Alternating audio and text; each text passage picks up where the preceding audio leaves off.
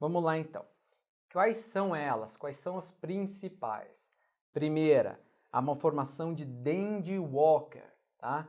Lembra, a malformação de Dandy Walker. O que vai caracterizar a malformação de Dandy Walker? Primeiro, olhem nessa imagem aqui da esquerda.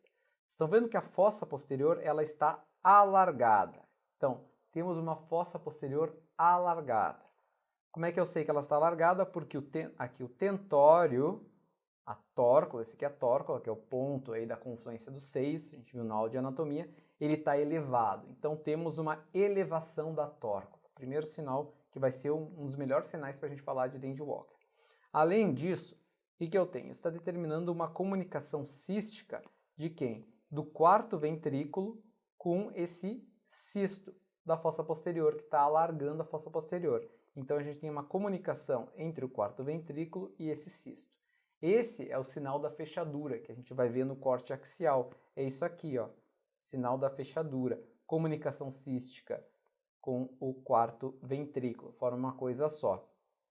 E além disso, o verme cerebelar, que é essa estrutura aqui, ele está hipoplásico, tá? Além de ele estar rodado para cima, ele está hipoplásico. A porção inferior do verme, ela não desenvolveu tanto quanto a porção de cima.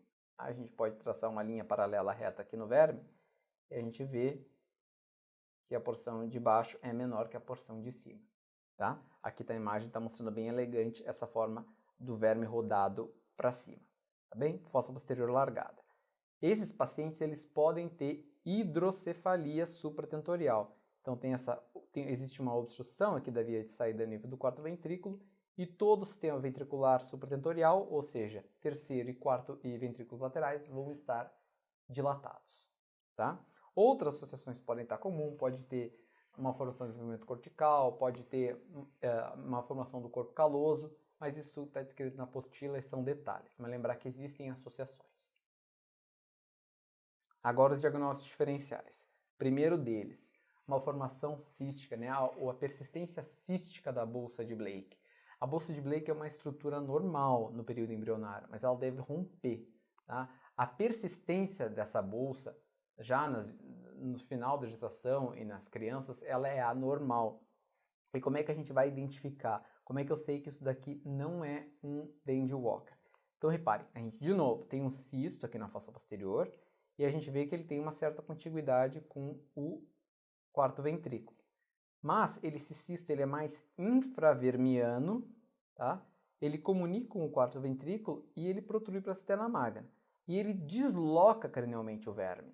Tá vendo que o verme cerebelar ele está deslocado. Ele não é hipoplásico que nem o do Dandy Walker, que aqui a gente não tem um pedaço formado dele. Não, aqui na outra imagem, eita, aqui a gente tem um verme que se formou, ou seja, eu traçando uma linha aqui no fastígio eu vejo que o que está embaixo e o que está em cima é simétrico, mas aqui ele está comprimidinho, está deslocado para cima. Porém, a gente tem uma dilatação do sistema ventricular, uma dilatação amontante, que não está dilatando só o sistema ventricular supratentorial, o terceiro ventrículo lateral, está dilatando também quem? O quarto ventrículo. Porque esse cisto da bolsa de Blake, ele oblitera a saída do quarto ventrículo. Então, o quarto ventrículo ele também vai estar dilatado aqui, tá? Coisa que não é comum na Dandy Walker. Tá bem? Então, guardem isso. Hidrocefalia tetraventricular.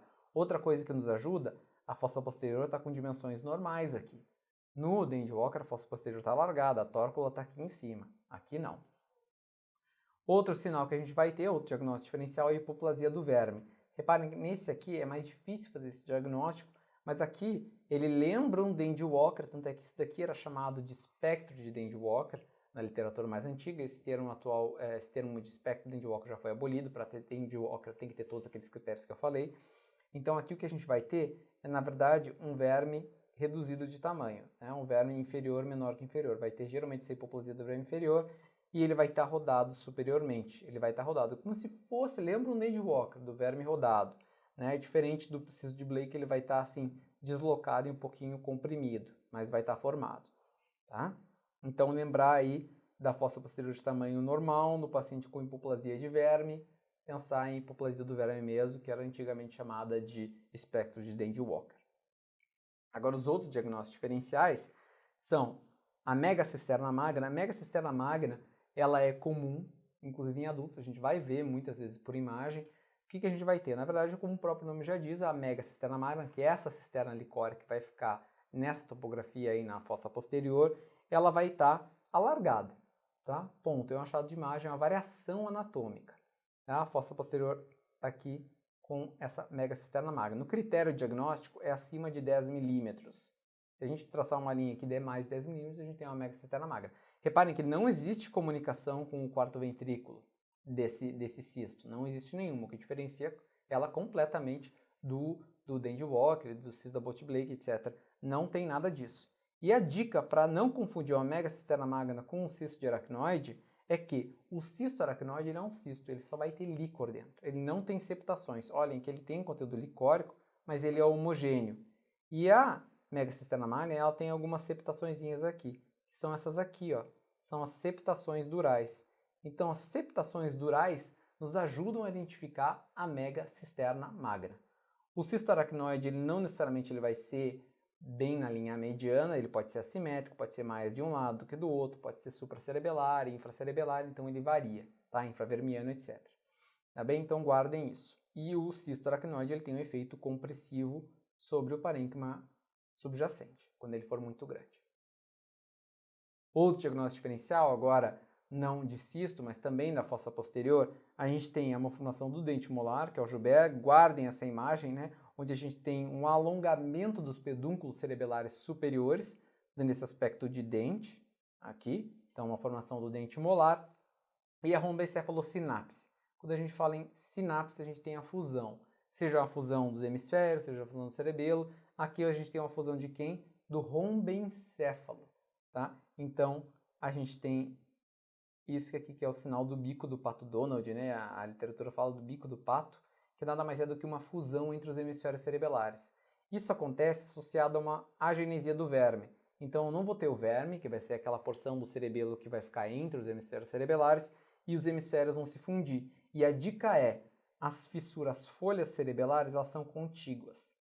Elas vão se estender de um lado até o outro, de um hemisfério ao outro. Então lembrem disso, aspecto da romboencefalosinapse.